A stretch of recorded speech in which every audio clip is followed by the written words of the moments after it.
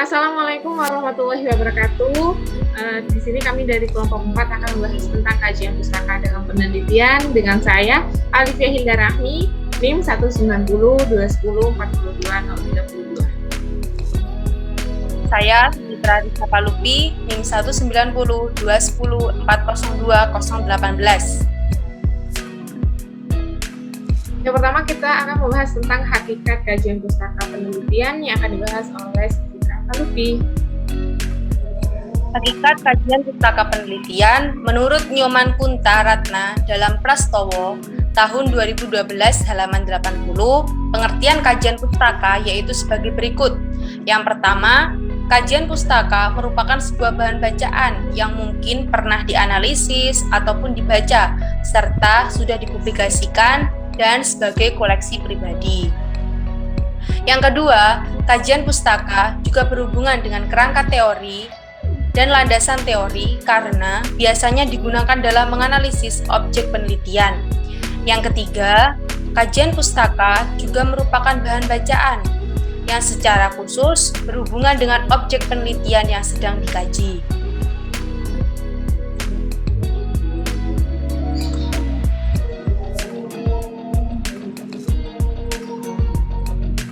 Sedangkan menurut Pohan, tahun 2007 halaman 42, kegiatan kajian pustaka penelitian ini memiliki tujuan yaitu untuk mengumpulkan data ataupun informasi ilmiah, biasanya berupa teori, metode, ataupun pendekatan yang telah berkembang serta didokumentasikan dalam bentuk buku, catatan, naskah, rekaman sejarah, dokumen, dan yang lain sebagainya.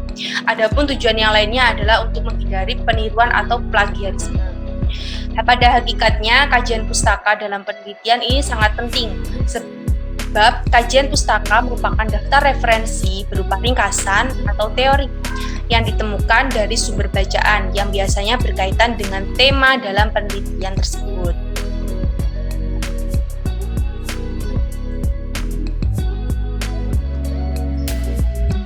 Selanjutnya saya akan menjelaskan tentang fungsi kajian pustaka penelitian. Jadi tadi sudah diterangkan bahwa hakikatnya kajian pustaka ini sangat penting yang digunakan sebagai sumber referensi atau landasan teori oleh peneliti. Jadi menurut Ari Jacobs dan Soresen tahun 2010 dalam Setiosari tahun 2013 halaman 123, kajian pustaka itu memiliki fungsi penting, yaitu yang pertama, pengetahuan tentang penelitian terkait memungkinkan peneliti untuk membatasi sejak awal bidang kaitannya. Hal ini dilakukan oleh peneliti agar peneliti tahu bahwa harus membatasi bidang yang dikaitkannya. Jadi seperti ketika kita akan melakukan penelitian tentang bidang atau ilmu yang pada hakikatnya itu merupakan ilmu interdisiplin ilmu yang memiliki cabang. Jadi antara satu ilmu dengan ilmu yang lain itu berkaitan sehingga peneliti harus memang benar-benar tahu dan membatasi sejak awal bidang penelitian yang ingin dilakukan agar tidak terlalu meluas itu. Kemudian yang kedua yaitu suatu kajian secara menyeluruh tentang teori dan penelitian terkait memungkinkan peneliti menempatkan masalah yang sesuai. Hal ini dilakukan karena untuk melakukan penelitian, peneliti harus melakukan kajian pustaka yang mendalam karena kajian pustaka pada hakikatnya tadi sudah dijelaskan bahwa sebagai referensi atau landasan teori penelitian sehingga peneliti mengetahui apa yang harus dilakukan atau masalah apa yang harus didalami seperti itu.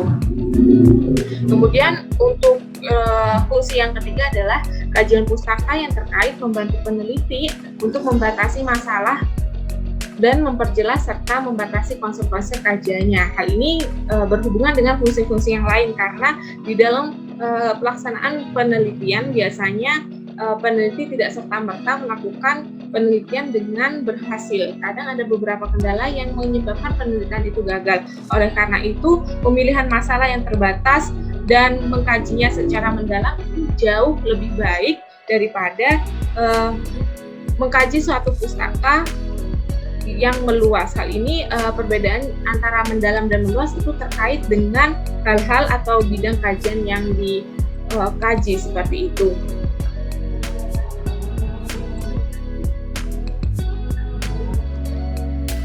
Selanjutnya adalah fungsi yang keempat, melalui kajian penelitian terkait, peneliti dapat belajar metodologi mana yang terbukti berguna dan mana yang tidak bermanfaat.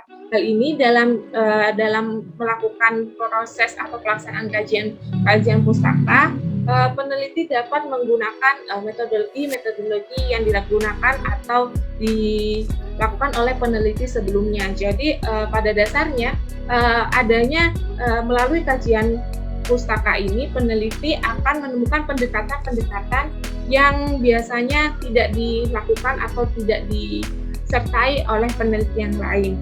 Dalam mengkaji pustaka, peneliti biasanya hanya terfokus pada hasil penelitiannya saja, tetapi tidak mengindahkan atau mengesampingkan elemen-elemen lain atau unsur-unsur yang lain. Itu sangat salah karena ada beberapa hal yang penting dilakukan sehingga dalam mengkaji suatu pustaka ada baiknya jika memperhatikan seluruh elemen, baik dari metodologi, kemudian hasil dan kemudian bagaimana penelitian itu berkembang dan berhasil. Selanjutnya mengenai contohnya seperti kita dapat melakukan proses ATM, analisis, kemudian tirukan dan modifikasi. Hal itu sangat boleh dilakukan dalam kajian pustaka. Contohnya seperti kita melihat perencanaan penelitian yang dilakukan oleh peneliti sebelumnya, seperti itu. Kemudian fungsi yang keempat tentang penelusuran secara menyeluruh melalui penelitian terkait dapat menghindari pengulangan atau replikasi yang tidak diinginkan tentang penelitian serupa sebelumnya. Jadi hal ini memang sangatlah difungsikan atau memang sangat berguna dalam kajian pustaka. Dalam kegiatan kajian pustaka ini memang pada dasarnya atau difungsikan untuk tidak mengulangi reduplikasi atau replikasi pada penelitian sebelumnya. Jadi dalam hal ini, dalam melakukan kajian pustaka, peneliti dapat menemukan penemuan baru atau melanjutkan rekomendasi penelitian sebelumnya yang dilakukan oleh peneliti sebelumnya. Oleh karena itu, kajian pustaka ini memang sangat penting dan tidak bisa dilewatkan dalam proses penelitian. Sekian dari kami, kurang lebihnya mohon maaf apabila ada salah kata dan kekurangan. Sampai jumpa dan wassalamualaikum warahmatullahi wabarakatuh.